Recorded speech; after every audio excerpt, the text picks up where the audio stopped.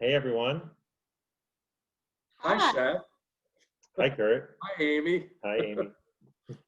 glad to be with you guys You too. Yes. and with everyone who's watching. Yeah.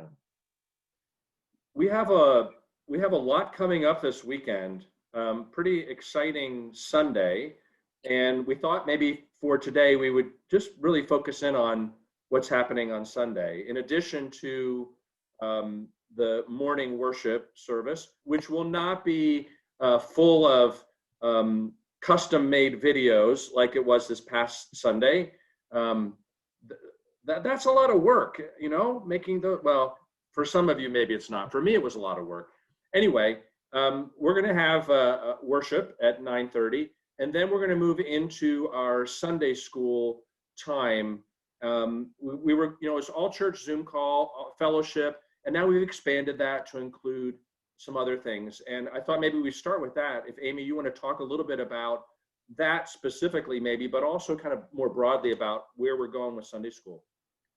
Yeah, I can't start talking about fall Sunday school without deep appreciation for the spring adaptations that our teachers did. I wasn't here for that, but I know things happen, and so I'm so grateful for the teachers who carried on in new ways and explored ways to get our kids together for their faith formation. And so as we thought about what we would do for the fall, it wasn't easy. It's because it's so different, and but things kept clicking into place. And so what we get to do is this Sunday start at 11 o'clock for all of the children's classes. We aren't providing anything for preschoolers or toddlers. They might show up in their sisters and brothers classes, and that'll be okay. But we have a class for K and first grade, we have a class for second grade, we have a class for third, fourth, and fifth graders. And the teachers have been in contact with the parents. They're all going to happen at 11 o'clock on Sunday mornings. And just like when we're in the church, sometimes you can attend and sometimes you can't. And when you can, it's a beautiful thing. And when you can't, you'll be missed and prayed for. So I'm so glad, so grateful for the teachers who are able to do this and in this new way, because it's all going to be on Zoom. There's a couple of field trips out to the Hartsaw Farm that will be happening, one this Friday. And so it feels like the life of the church for our children is happening again. And I'm just so grateful for that. Thanks to everyone who came together to create that design. And I was going to say, Amy, that people seem to enjoy seeing kids as we gather together as one group before we split out into the different groups. Yeah. And the kids, some of them seem to enjoy taking over Zoom momentarily, sharing screens and demonstrating their technological prowess. That's right. So that's not unlike, kids running across the narthex. It's sort of the Zoom version of that. But it's fun to be together and to see each other. The more that we can see each other, the better it feels for all of us as a community. The second thing we want to talk about, so worship at 9:30, Sunday school at 11, and then at 1, we're having our fall council meeting, which is typically the meeting that we do more business at than we do in the spring. Because the fall, we're approving the budget, we're electing the slate, we're hearing reports. All of those things will happen at this fall council meeting, but it will be on Zoom. And so along with the council packet, which is being emailed out to people in PDF form, there will also be a link to get into the Zoom meeting for council meeting. Along with the Zoom link, there will also be a YouTube link. So you have a choice. You can participate in the meeting actively by joining via Zoom at 1 o'clock, or if you just want to watch what's going on and listen in, and you're not really concerned about voting on something or asking a question verbally or through the chat or something like that, you can watch on YouTube. That link will be available. So we hope to have as many people at least watching as possible really as many people participating as possible, but watching. And that's kind of the plan. In the packet that went out, there will be a cover sheet that talks about the process that Al Hull, our moderator, prepared. And if you read through that and read through the packet and you still have questions before Sunday, let us know. You can contact me, you can contact Al Hull, you can contact Julie Garber, any of us who are involved in putting those pieces together. You can contact Seth even if you want to. He might not be very interested in responding to you because he has other things on his mind, which takes us to the next thing happening on Sunday, and that is at 4 o'clock, in person, outdoors, Sing Me Home fall celebration. And so, Seth, tell us a little bit about what that's going to be and what it's going to look like. Yes. So it appears like a lot of our events so far that we've had outdoors that we are going to have great weather again this Sunday, to be outside in the same space where we had the campfire, using the very similar practices there, and we will have a time really of celebration in marking this weekend for the Sing Me Home Festival, and when it will hopefully be, over the whole weekend in some different ways. But for this one, it will be a short program, not a festival long activities.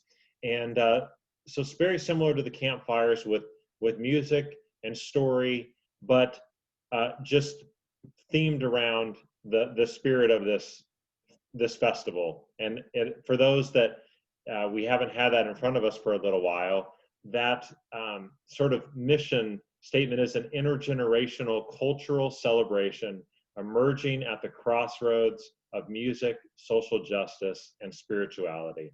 And so we hope to have an intergenerational group like the campfire, and we have plenty of space to spread out and room for kids to play and do things there while the music and the stories are happening. But we're going to look back a little bit at what we did online in the spring. We're going to look ahead a little bit at some of the visions as we look forward. And we're also just going to share together some of these expressions of our values of this community. And so it is open to the public. We're not posting this on every door looking to have a large group, but it is open. We have a group with roots in Fort Wayne and Chile, and so if you come, you may hear some songs in another language, and so we're excited to have the group Kelsey Cote with us. They're going to be sharing a little mini concert, and then Friends with the Weather, which many are familiar with Dave Good and myself and Chris, who are helping host this. Dave Hop. I don't think Dave Good wants to be singing Dave Good in Friends with the Weather. Well, we'll think about that. Yeah, Dave Good. There would be two Goods in one group. Yes, that's right. And then afterwards, there'll be sort of an informal opportunity to have a tour, possibly with Dave Good, and or maybe we can switch and David Hupp can provide that. So anyway, there'll be sort of an informal walk around. I found that really helpful when I've done that with Dave, and done that for a few other people as well. Just seeing the space and imagining how, as a congregation, we're going to be part of hosting something like this. So excited for the opportunity. And the last thing I wanted to say about that too is that I'll be attaching a sort of a list of the program and a little thing about Kelsey Cote as well, the other group, and Friends with the Weather. So that'll be attached with this midweek update in the email and on Facebook, so people can see that. It really sounds great. And the weather, when we were talking about the date originally and what the weather might be like, this is the kind of weekend that we were imagining and hoping for, right? Where it's just going to be a nice a nice weekend to have that. Yeah. The space that you were talking about in terms of the walk around with Dave, whichever Dave it is, Yeah. it's just south of the solar panels, and when you get out there and you see that space that's been cleared by all those guys that were working last winter, and then Dave Good has been working out there and others to prepare that space. It's really, you can't really realize how wonderful it is till you get out there and move about in the space, and you know, the potential for having a stage out there and all those kinds of things is really exciting, really exciting. Yeah. And so I'm really glad, Seth, that you and Chris and Dave and others who have been involved in getting things ready have kind of brought us to this point. Because thinking back, and I'm sure you're going to talk about this, it was that weekend before all of this pandemic sort of broke open that we made the decision that we were going to do this. Yeah. And you know, here we are all these months later with a chance to get at least a flavor of it, and that seems pretty exciting. And at the very least, we will be filming it. There's a chance, as things have started to evolve, that we might even live stream it, and we'll let people know that if that happens. But we will, at the very least, video it, and then we'll put it up online so people could view the program if they're not able to be there. And but people, again, like the campfire, people could stay in their cars, and they should be able to hear and see, just like the campfire. That is an option that is possible. And people will bring their masks and their lawn chairs and their water bottles and whatever else they might need. And we know how to do that together, how to be outdoors. We've done that a couple times now. So that's right. That'll work well. Fellowship will have some masks in case anyone just forgets it. Or so yeah, we are expecting people to wear masks and keep a healthy distancing. Well, it sounds great. And then after that, what happens then after that on Sunday evening? Everybody just collapses from blissful exhaustion. How about that? Yeah.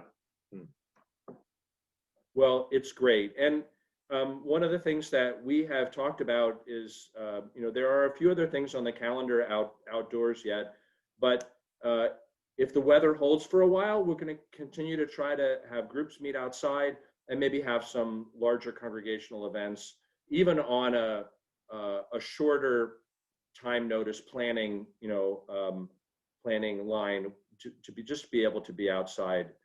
Who knows? We might have a bit of warm weather, pleasant weather yet in October and moving on. So we'll see what happens. All right. Anything else that we need to highlight at this point? I'm thinking we've gotten through our agenda. Nope. Yeah. Okay.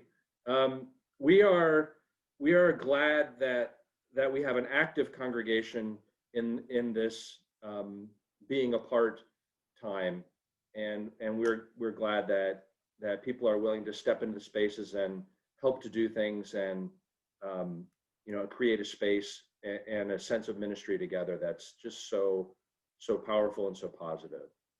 So we will just end there and say our goodbyes and give our well wishes, and we look forward to a big weekend, a big Sunday, and lots of opportunities to be together. See you all on Sunday.